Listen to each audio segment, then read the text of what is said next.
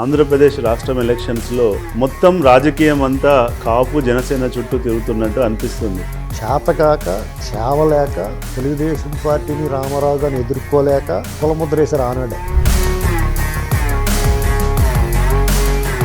ఒకవైపు 40 సంవత్సరాల రాజకీయం ఎక్స్పీరియన్స్ ఉన్న చంద్రబాబు నాయుడు గారు కూడా ఎప్పుడెప్పుడు జనసేన తోటి ప్రయాణం చేయాలి, ఎలా సీట్లు కేర్ చేసుకోవాలన్నది ఒక డిస్కషన్ అయితే. కృష్ణా జిల్లాకు వచ్చినప్పుడు పెనమనేని కోటేశ్వరరావు గారు, చనుమూల వెంకటరావు గారు వీళ్ళే చూసేవారు. గుంటూరు జిల్లాకు వచ్చినప్పుడు అంజీ రంగా గారు. అసలు జనసేన బలం ఏంటి, జనసేన బలహీనత ఏంటి అన్నది చాలా మంది అడుగుతున్నారు. దీని అంతటికీ కారణం ఏమీ మొగమాట లేకుండా చెప్పాలంటే,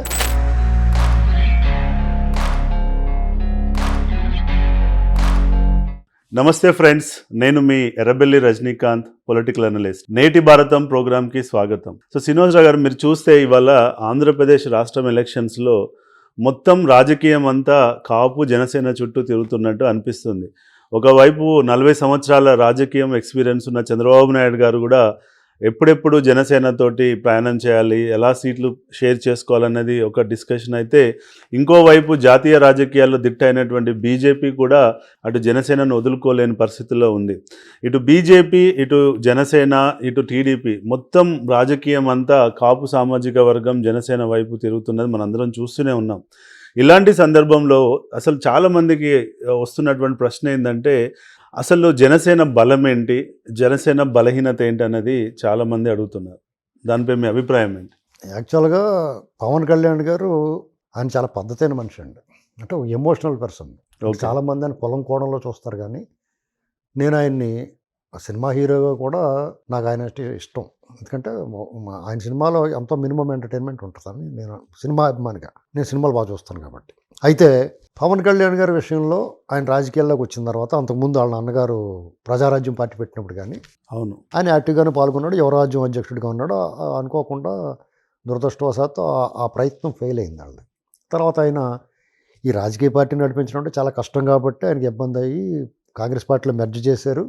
ఇక అదంతా అందరికీ తెలిసిందే.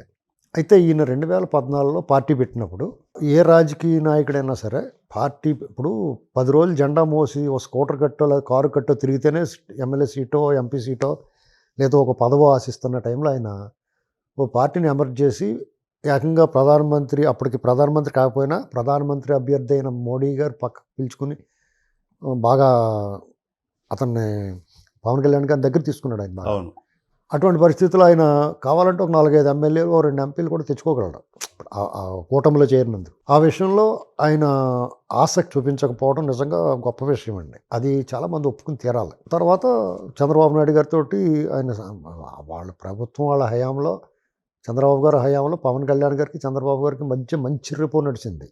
ఈయన సలహాలు సూచనలు ఇచ్చేవాడు, ఖచ్చితంగా పాటించేవారు వాళ్ళు. రాజధాని విషయంలో కొన్ని భూములు మీరు బలవంతం చేయొద్దంటే మనిషి, అలాగే ఉద్దానం విషయంలోనూ, అలా చాలా విషయాల్లో ఆయన చాలా ప్రాముఖ్యత ఇచ్చారు, చాలా మర్యాదగా చూశారు. అంటే కొంతమంది చంద్రబాబు గారు మర్యాద ఇవ్వలేదు, లేకపోతే మమ్మల్ని లక్ష్యాలు, డెఫినెట్గా ఒక సమూహంలో ఒక రాజకీయ పార్టీలో రకరకాల వ్యక్తులు ఉంటారు, రకరకాల మాటలు వస్తాయి అటువైపు నుంచి ఇటువైపు నుంచి కూడా. ఆంధ్రప్రదేశ్లో కుల రాజకీయం ఉంటుందనేటువంటిది ప్రచారం ఉంది. యాక్చువల్గా తెలుగుదేశం పార్టీకి కాపులే బలం. బీసీలు ఒక పక్కనే 2 భుజాలు, చెరుకో పక్కనే బీసీలు ఒక పక్కనే, కాపులు ఒక పక్కనే తెలుగుదేశం పార్టీ. కావాలంటే చూసుకోండి, ఎన్టీ రామారావు గారు 83లో పార్టీ పెట్టిన దగ్గర నుంచి మరి చాలా బలంగా కాపు సామాజిక వర్గం ఉన్న ఉభయ గోదావరి జిల్లాల్లో క్లీన్ స్వీప్ చేశారు. 83 కానీ, 85లో మళ్ళీ బై ఎలక్షన్ కానీ, 94 కానీ, 89లో కూడా పార్టీ రంగా గారి గొడవలో వచ్చినా సరే వాళ్ళు గణనీయమైన స్థానాలు వెస్ట్ గోదావరిలో గెలుచుకున్నారు. మీరు అదే చరిత్ర చూడండి. అది 94 అయితే కంప్లీట్ వాషౌట్. అంటే రంగా గారి విషయం కాపులు దూరం అయ్యారనేటువంటిది ఒట్టిదే అని 94 నిరూపించింది. 4 ఏళ్లే కదా గ్యాప్.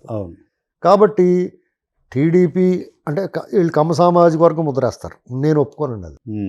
తెలుగుదేశం పార్టీ కమ్మ సామాజిక వర్గం అంటే నేను సచ్చిన ఒప్పుకోను. ఎందుకంటే రామారావు గారు పార్టీ పెట్టినప్పుడు కమ్మ సామాజిక వర్గంలో టాల్వాట్స్ చాలా లెజెండ్స్ అనుకున్న వాళ్ళందరూ కాంగ్రెస్లో ఉన్నారు. అవును, ఎస్పీబీ పట్టాభరావు గారు ఆ జిల్లా శాసించి కూడా ఆయనకు తోడు ఆయనకు ప్రత్యర్థే పార్టీలో రాయవరం మున్సిపల్ గారు ఆ జిల్లా రాజకీయాల్లో వాళ్ళిద్దరు చుట్టూ తిరిగి కాంగ్రెస్ పార్టీలో.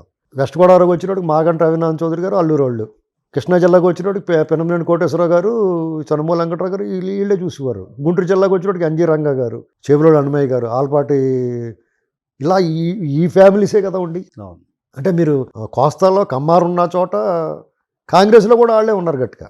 కాబట్టి పార్టీ పెట్టినంత మాత్రం అందరూ కూడా జై అంటే రామారావు గారు వెనకాల రాలేదు. వాళ్ళు 89లో మళ్ళీ తిరిగి అధికారంలో తీసుకొచ్చారు. కాబట్టి కులముద్ర వేయటాన్ని నేను ఒప్పుకోనండి. అంటే చేతకాక చేవలేక తెలుగుదేశం పార్టీని రామారావు గారిని ఎదుర్కోలేక కులముద్ర వేశారు ఆనాడే.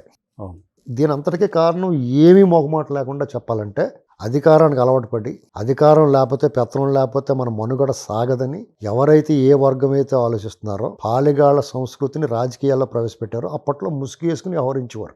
వాళ్ళు రామారావు గారిని కాదు, దామోదరం సంజయ్ గారిని, పివి నరసింహరావు గారిని, టంగుటూరు ప్రకాశం పంతులు గారిని, వీళ్ళందరినీ కూడా మడతలు పెట్టేశారు వాళ్ళు.